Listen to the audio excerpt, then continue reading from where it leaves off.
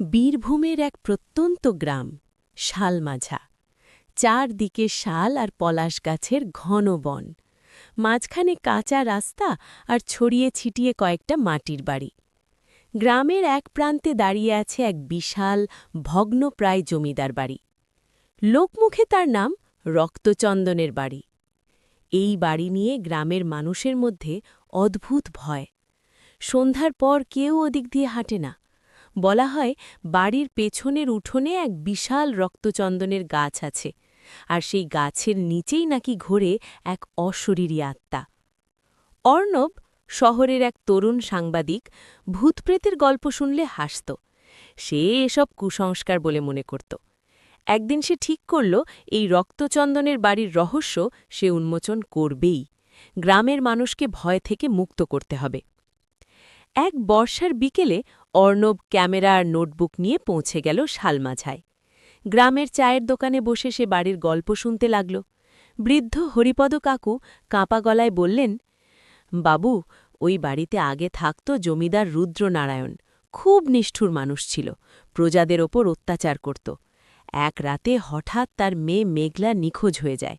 কেউ বলে পালিয়ে গিয়েছিল, কেউ বলে তাকে খুন করা হয়েছিল। তারপর থেকেই ওই বাড়িতে অদ্ভুত শব্দ শোনা যায়।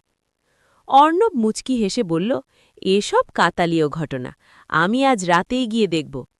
গ্রামের সবাই তাকে অনেক বোঝাল, কিন্তু অর্ণব অনড়। সন্ধ্যা নামতেই সে টর্চ জ্বালিয়ে জমিদার বাড়ির দিকে এগোল। আকাশে মেঘের ঘন ঘটা, দূরে বজ্রপাতের আলোয় বাড়িটার ভগ্নদশা আরও ভয়ানক লাগছিল। বাড়ির দরজা আধ খোলা। ঠেলে ভেতরে ঢুকতেই এক ঠান্ডা হাওয়া তার গা ছমছম করে দিল। ভাঙা সিঁড়ি, ছেঁড়া পর্দা, মাকড়সার জাল, সব মিলিয়ে জায়গাটা যেন বহুদিনের পরিত্যক্ত। হঠাৎ ওপরতলা থেকে একটা টুংটাং শব্দ এলো, যেন কেউ পায়েল পরে হাঁটছে। অর্ণব থমকে গেল। নিজের মনকে বোঝাল ইঁদুর বা বাতাসের শব্দ। সে সিঁড়ি বেয়ে ওপরে উঠল। একটা বড় ঘরে ঢুকতেই দেয়ালে ঝোলানো এক পুরনো ছবিতে তার চোখ আটকে গেল। ছবিতে এক কিশোরী মেয়ে, মাথায় লম্বা চুল, কপালে লাল টিপ, চোখে অদ্ভুত বিষণ্নতা।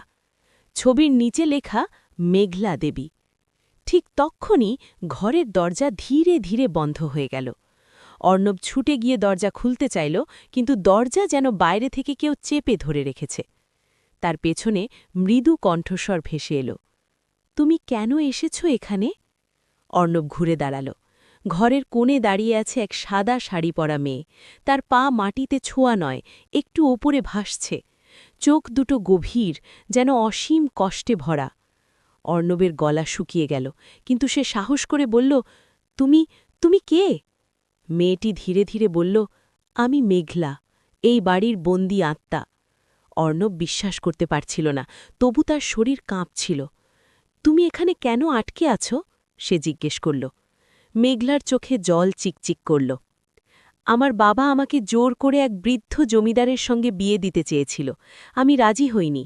সেই রাতে বাবা রাগে আমাকে এই বাড়ির পেছনের রক্তচন্দনের গাছের নিচে জীবন্ত কবর দিয়েছিল। কেউ জানে না সত্যিটা। ঘরের বাতাস হঠাৎ ভারী হয়ে উঠল। অর্ণবের মনে হল যেন দেয়ালগুলো কেঁপে উঠছে। আমি মুক্তি চাই, মেঘলা ফিসফিস করে বলল। আমার হাড়গুলো এখনও ওই গাছের নিচে আছে। যতদিন না কেউ সত্যিটা প্রকাশ করবে, আমি মুক্তি পাব না। হঠাৎ বজ্রপাতের শব্দে ঘর কেঁপে উঠল। দরজা খুলে গেল। অর্ণব ছুটে নিচে নেমে বাড়ির পেছনের উঠোনে গেল। রক্তচন্দনের বিশাল গাছটা অন্ধকারে আরও রহস্যময় লাগছে। মাটি যেন একটু উঁচু হয়ে আছে এক জায়গায়। অর্ণব হাত দিয়ে খুঁড়তে শুরু করল। কিছুক্ষণ পর তার হাত শক্ত কিছুর স্পর্শ পেল। মাটি সরাতেই বেরিয়ে এলো এক কঙ্কালের হাত। অর্ণব ভয়ে পিছিয়ে গেল, কিন্তু নিজেকে সামলে নিল। সে দ্রুত ফোনে পুলিশে খবর দিল। পরদিন পুলিশ এসে পুরো জায়গাটা খুঁড়ে কঙ্কাল উদ্ধার করল। গ্রামের সবাই জড়ো হল। খবর ছড়িয়ে পড়ল চারদিকে। জমিদারের মেয়েকে সত্যিই খুন করা হয়েছিল। অর্ণব তার রিপোর্টে পুরো ঘটনা প্রকাশ করল। জমিদারের নিষ্ঠুরতার ইতিহাস বেরিয়ে এলো সামনে।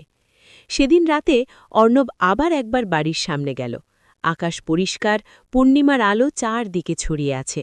রক্তচন্দনের গাছের নিচে হালকা কুয়াশা ভাসছে। হঠাৎ সে দেখল গাছের নিচে সাদা শাড়ি পরা মেঘলা দাঁড়িয়ে আছে। এবার তার মুখে কষ্টের বদলে শান্তির হাসি। ধন্যবাদ, সে মৃদু স্তরে বলল। তুমি আমাকে মুক্তি দিলে। ধীরে ধীরে তার শরীর কুয়াশার মতো মিলিয়ে গেল চাঁদের আলোয়। এরপর থেকে রক্তচন্দনের বাড়িতে আর কোনো অদ্ভুত শব্দ শোনা যায় না। গ্রামের মানুষ আবার স্বাভাবিকভাবে চলাফেরা করতে শুরু করল। কিন্তু অর্ণব জানে, সব রহস্যের ব্যাখ্যা বিজ্ঞান দিয়ে হয় না। কিছু সত্যি আছে যা ইতিহাসের অন্ধকারে চাপা পড়ে থাকে, আর সেগুলো প্রকাশ পেতে চায়। শালমাঝার রক্তচন্দনের বাড়ি আজও দাঁড়িয়ে আছে, তবে আর ভয়ের প্রতীক নয়।